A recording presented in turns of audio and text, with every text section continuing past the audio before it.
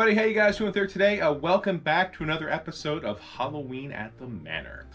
This is going to be our 9th Carnival update, and we have been doing a couple of things this week. I did finish up some small signs for the haunt that I'll show you. We did do some testing on music and lighting for the big top, and what we're going to do is we have this speaker here that we bought from Amazon. And this thing is absolutely incredible. Vanessa got this, I think, last year for like $30 some. This little speaker right here, when it's synced up to my MP3 player, provides music for the entire yard. So we're gonna be using this as our music for the haunt. And then what we're gonna do is, in the big top, we're going to use this party light. And this is actually really cool as well. I think she got this off of Amazon too. We had this for our 2019 Halloween party. And it looks really good in the canopy, the tent.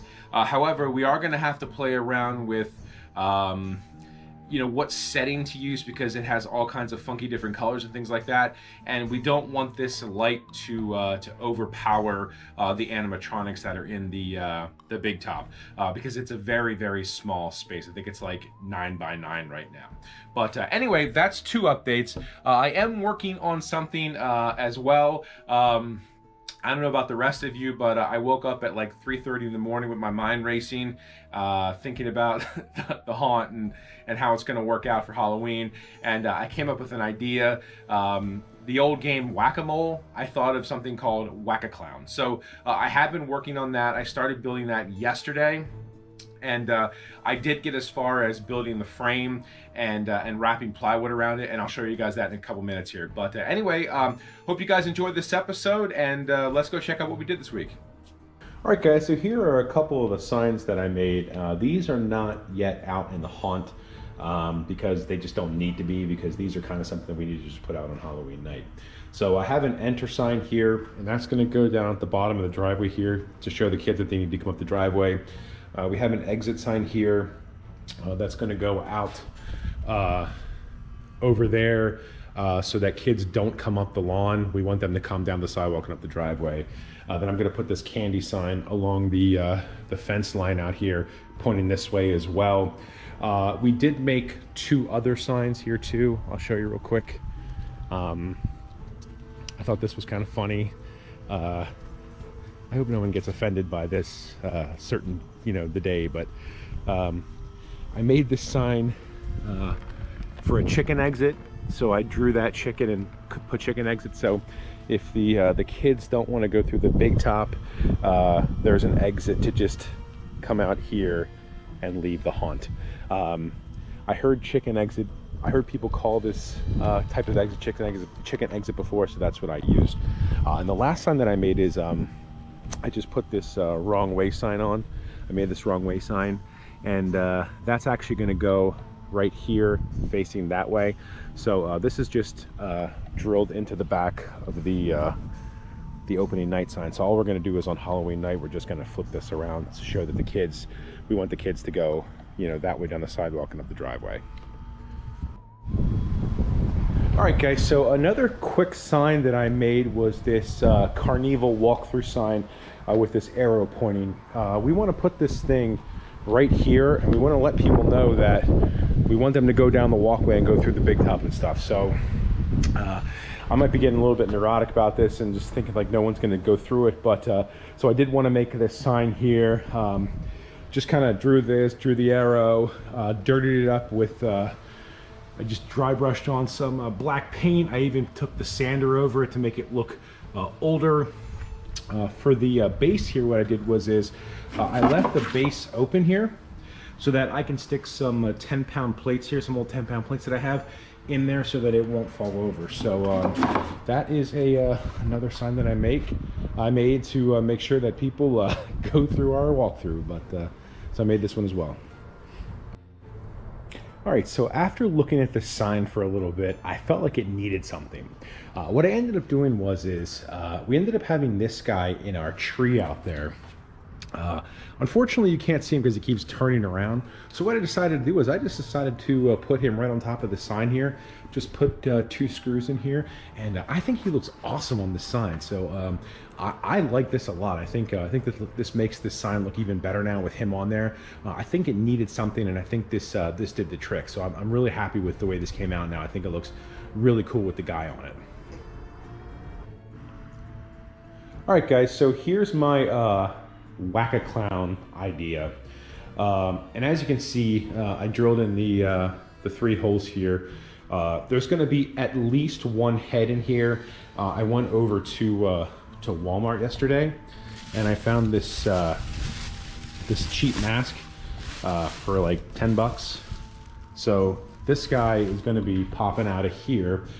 I might put a second head in there if I can find another cheap mask at another Walmart, but we'll have to see. So this is basically what I came up with. Like I mentioned, I built the frame using basically just scrap wood that I had. So this is not pretty at all.